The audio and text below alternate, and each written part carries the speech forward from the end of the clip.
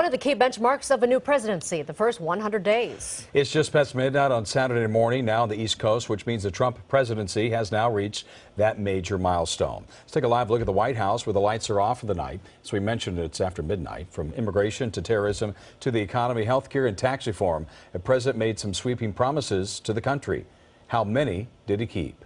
Well, KCON political reporter Bryan has been keeping track of this and joins us now with a look. Has it only been 100 days? Yeah. It just seems like there's been so much activity, more than in some entire presidential years in some cases.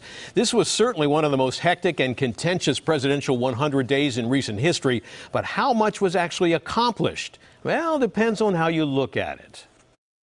Even as President Trump's 100th day officially begins in Washington, D.C., the debate over his administration's early record is heating up. The president telling Fox News on Friday he's off to a great start. I think we're doing tremendously well. I don't think anybody has ever done this much in 100 days. Saturday, the president's 100th day in office, is a day when the White House, the media, and voters will take stock of where this presidency stands. The commander-in-chief, in a speech to the National Rifle Association, focused on what many agree is his most significant accomplishment.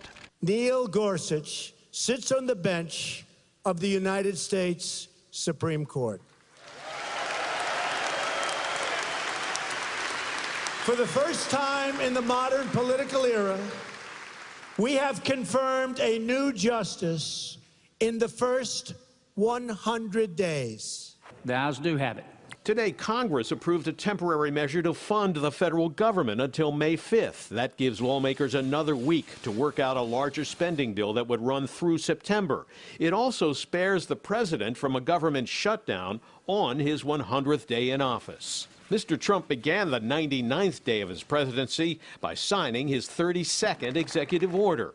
It reverses the previous administration's Arctic leasing ban.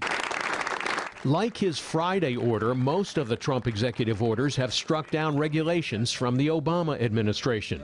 But not all the executive orders have worked. His travel ban was frozen by the courts, and twice his attempts to get congressional approval for Obamacare repeal bills never even came to a vote. Well, there's been a lot of activity, but not a lot of real progress. Claremont McKenna College political science professor Jack Pitney says so far, the Trump administration has been more sizzle than substance. Not a single major piece of Trump legislation has passed.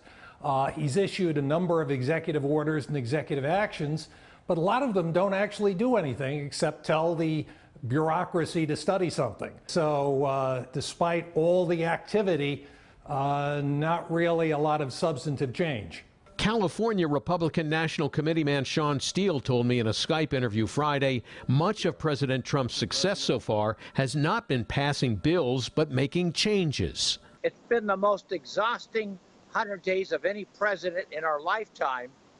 For the economy alone, just that one area alone, 55% of the Americans are a lot richer than they were before Donald Trump was elected. Confidence is up, spending is up. Then in terms of national security, we look, our military is more inspired than it's been in 8 years. We're drawing lines in the sand. People are feeling more secure. But the Democrats' presidential report card is not nearly so generous. It's an F. He has not kept his promises. He has not accomplished much. And then he compares it to like Franklin D. Roosevelt. It's astounding. The president's recent job approval numbers approaching the 100th day, which have ranged for the most part from the mid-30s to the mid-40s, are certainly nothing to brag about. In the Fox News interview, President Trump called the numbers great under the circumstances, blaming the news media for bringing the numbers down. So I have approvals in the high 40s. Every network that you see, with the exception of Fox, Fox has been fair, but every network you see hits me on every topic, made up stories like Russia. They do the faux Russia. I call it the fake Russia story. Now, the president there was talking about reports on new developments in the investigation of possible collusion between associates of the Trump campaign and Russia. Mr. Trump told Fox it's amazing that he has such great approval numbers in light of all the fake news against him, excluding Fox, of course. Jeff, back to you.